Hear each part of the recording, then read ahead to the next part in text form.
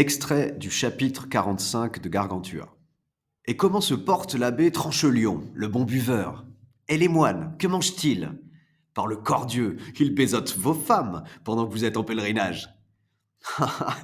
Dit l'as d'aller, je n'ai pas peur de la mienne, car celui qui la verra en plein jour ne risquera pas de se rompre le cou pour aller lui rendre visite la nuit.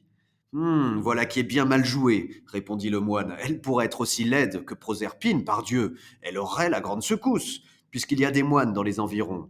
Car un ouvrier met indifféremment toutes ses pièces à l'œuvre, que j'attrape la vérole si vous ne les trouvez pas engrossées à votre tour.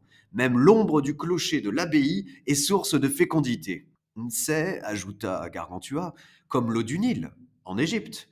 Si on en croit Strabon, Pline, au livre 7, chapitre 3, estime que c'est de la miche, des habits et des corps. Alors Grand Gousier dit: Allez-vous-en, pauvres gens, au nom de Dieu le Créateur, qu'il soit pour vous un guide perpétuel. Dorénavant, ne cédez plus à ces voyages inutiles et oisifs. Occupez-vous de vos familles, exercez vos métiers, instruisez vos enfants, et vivez comme vous l'enseigne le bon apôtre saint Paul. Ce faisant, vous serez sous la protection de Dieu, des anges et des saints. Il n'aura plus aucune peste ni malfaisance pour vous nuire.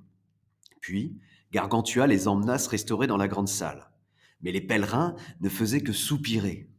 Ils dirent à Gargantua: Ah, qu'il est heureux le pays qui a pour seigneur un tel homme.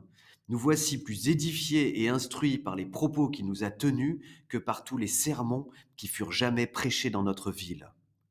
C'est, répondit Gargantua, ce que dit Platon au livre 5 de la République.